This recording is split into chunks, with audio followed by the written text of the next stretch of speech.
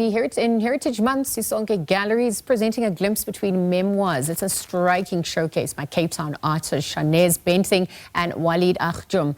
The exhibition explores Cape Malay identity, memory, cultural storytelling, also inviting audiences to see history and heritage in ways that feel both deeply personal and powerfully universal. Now, it runs until the 28th of September. So for more on this exhibition, we are going to be joined virtually by the OCTH researcher Zoku Mgoduka-Horn. Zoku, good morning. Welcome to the SABC at the Sow, and thank you for joining us.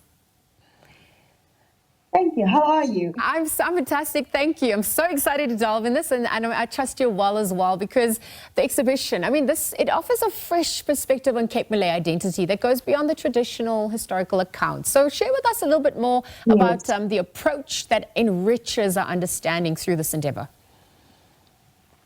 So the approach is a very interesting one because it incentivizes the viewer to look back on their own childhood.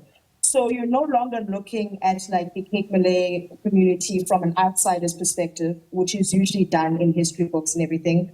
You're looking at it from essentially an insider's perspective. It feels as if you are the one that are like engaging with these communities.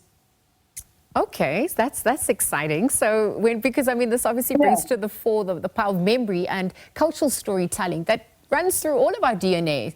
And so if we're looking at how that plays a central role in the artworks and in the elements that shape these narratives, tell us a little bit more. So essentially, one question. Could you please repeat that one more time? Yes. I was just picking up on what you had echoed. You know, that lens is now shifted, and that's where the point of storytelling and memory plays an important role, right? So tell us a little bit more about how that is coming to the fore through these artworks that's on exhibit. So with the storytelling and the memory, for instance, with Shaunez's artworks, such as the image behind you now, you get a great perspective on his childhood. You get a great memory on how vibrant the community was, how colorful, because he has a great use of color as well, and how warm the community was, despite the oppressive regime that community was under at the time. So through looking at these images, you are sort of invited into the memory itself. Even if it's not your memory, the great thing about the artworks is that it makes you feel as if it's your memory. And thank you for speaking to that point, because by highlighting Cape Malay identity, the exhibition is contributing to a larger conversation about South African cultural diversity as well. And it's highly significant during Heritage Month and perhaps for us, our identity as a country. Tell us a little bit more how that fits into the broader conversations.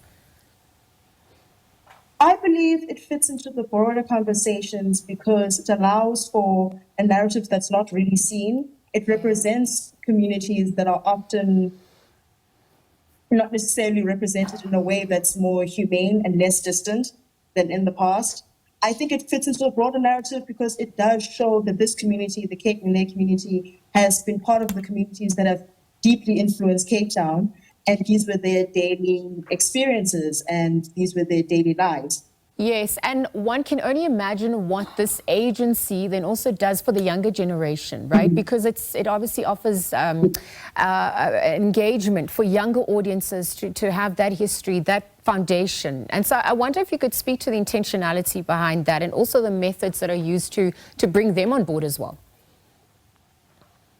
So for the younger audience, I always find that when it comes to history, and when it comes to, in general, storytelling, images do have a very strong impact.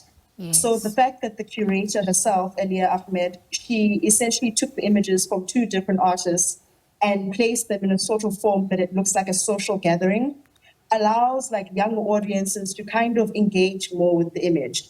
I know a lot of the time when it comes to history, there's a lot of books, there's a lot of talk, there's a lot of, I'm not sure how to put this. History is often told in a way that it seems as if the person who's telling it is above you. Whereas in this exhibition, you can look at all these artworks and see these social gatherings, and you as a young child or as a young audience member can essentially engage on that level. Like you guys are on the same level.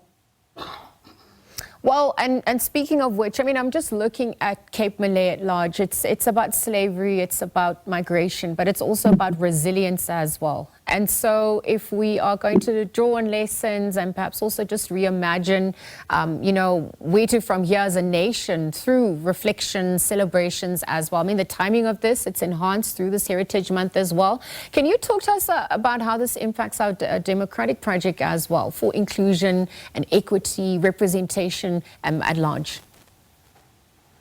I think it does really help with inclusion and equity because it highlights these perspectives, and these perspectives, especially in the art community, are not necessarily noticed. A lot of the time as artists, you're only looking, as people who look into artworks, you're only seeing one perspective. So what I in particular enjoyed about these artworks is that you get to see a different perspective and you get to see different communities that aren't necessarily objectifying themselves, but essentially reclaiming the narrative of their own history and their own legacy.